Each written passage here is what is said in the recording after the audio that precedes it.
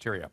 And as a physician, I'm an internist, I used to see this problem, I wouldn't say all the time, but I saw a number of cases of what's called necrotizing fasciitis, which the press calls flesh-eating bacteria. And one of the things that just drives me crazy is how the press reports things. It's so scary, it's so mysterious. This is a common problem. I want to sort of demystify it and take a good look at it. It is a scary problem.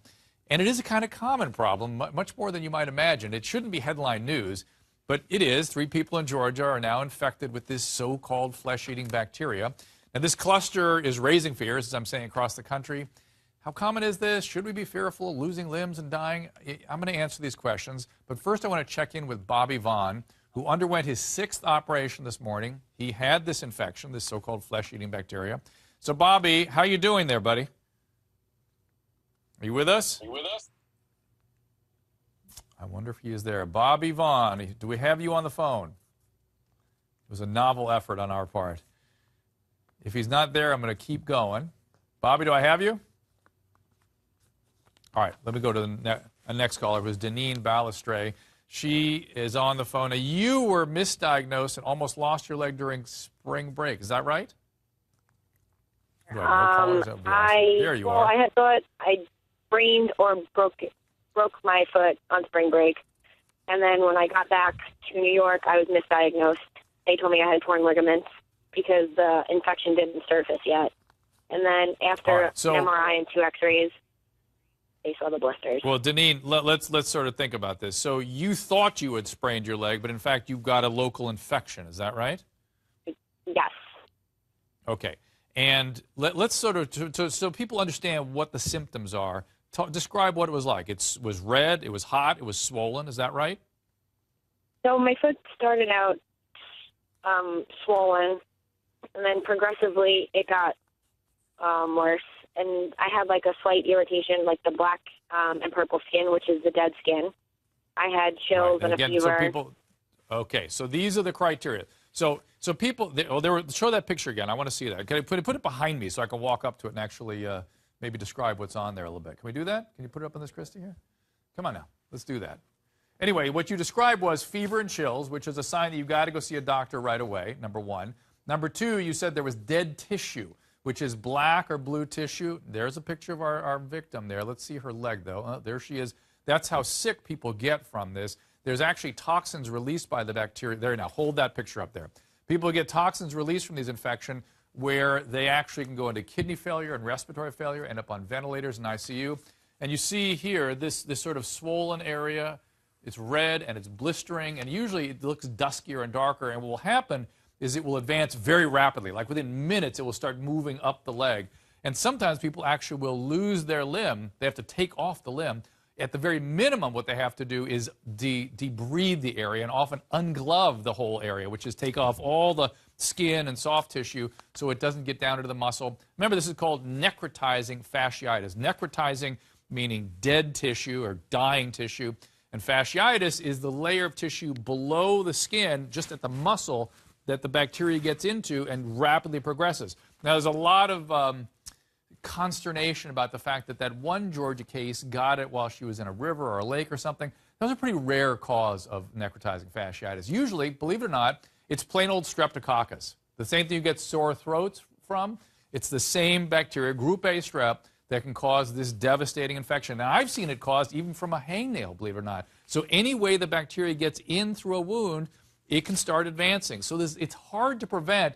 The key is to be aware of it if it kicks up. Now, am I hearing that I have Robert or Deneen on the line? Robert's there. Robert, are you with us? Yeah, I'm here. There you are, buddy. How you doing? Oh, I'm doing good. How about you? I'm great. I'm not in the hospital with necrotizing fasciitis. You had your 6th infection, your 6th operation this morning. Is that right? Oh, yeah.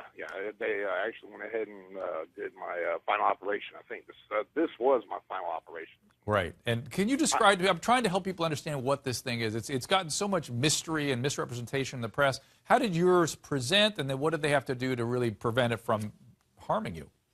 Really, I mean, it started out as just a little bitty knot that I had for a while. And actually, I'm sorry, it sounds gross, but it was in my groin area. Yeah. And it started out as a peanut size and ended up like 2 grapefruit size, and lumps that you could literally grab like softballs.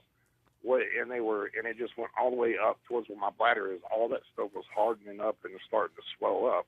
And Robert, I'm going to stop you and say there's something called Fournier's gangrene, or it's called Fournier's gangrene, which I've seen from piercings, genital piercings. So when I get all anxious about people getting genital piercings, because you can get necrotizing fasciitis or flesh-eating bacteria of that area, and believe me, the surgical interventions are not kind. They're not cool. And I'm sure in your case there had to be quite a bit of surgical debridement. A lot of tissue had to get removed, right? Yeah, from my understanding, there was about 2.5 pounds of dead tissue that was pulled out of that area. Yeah. And I was looking, when the oncologist, whatever you call them, came down and she told me that I'm looking at, amputation. This is the things I could be looking at: amputation, losing, of course, my man parts, or death. And I wasn't really scared of it. Only the fact that I'd be losing my family. But it really wasn't nothing scary. It was just painful, very, very painful. Well, Robert, listen, I'm just so glad it turned out the way it did, because it can get pretty nasty. We, thank God, have great antibiotics these days. That with surgical interventions and really skilled surgeons, you can often save a lot of tissue, but you have to get in there and carve out what's destroyed. Yeah, that's pretty much, they carved it out and just rebuilt a lot of stuff and took some stuff out. So, I'm alive. As long as I'm alive, I'm happy. Now, I'm going to take a call, Robert. I hope this is something germane to your particular situation. Sydney in Georgia, did you want to ask something or make a comment? Hi, Dr. Drew. Thank you for taking my call. My pleasure. I live in the Atlanta area and have a 2-year-old daughter who loves the water. Mm-hmm. And I heard what you were saying about the strep A. Mm-hmm. That was one of my main concerns.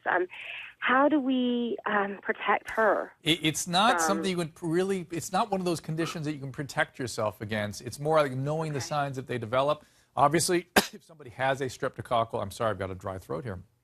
If they have a streptococcal throat infection and you have a wound, you don't want to be in the same vicinity as, you don't want your wound touching that person with the group A strep. But for the most part, it's just knowing the signs and symptoms and when to see a doctor and to stay vigilant. We heard from Deneen earlier, who was sort of sent home multiple times. Let me have that water here. This is what I love about live TV. I appreciate that, Dave. And I don't have any medical problems, thank God. It's just dry in here. And maybe all that talk about Bob's surgeries were choking me up a little bit. But the point is, I'm joking, but it's a no laughing matter. It's a serious condition. It's a sort of a classic medical problem. I've seen many cases of it. The key is to know it when you see it and then get somebody to medical care immediately, and hopefully you have skilled physicians who are doing the right thing to prevent it from becoming devastation, because it can become devastating within hours. Don't worry about the water. That's a rare thing. In that case that sort of hit the press the first time, it was what's called an Aeromonas infection, which is a relative of a very resistant bacteria called Pseudomonas. These gram-negative bacteria are not common causes. It's really more of a strep thing. And strep is very common, as you know, but it has to be the right strep, getting into the right tissue plane, and that is not that common. So everybody, I think while it's something to be aware of and understand and get help if you see signs of it, let's not freak out about it. It's making good headlines right now, and but I wouldn't spend a lot of time worrying about it, okay?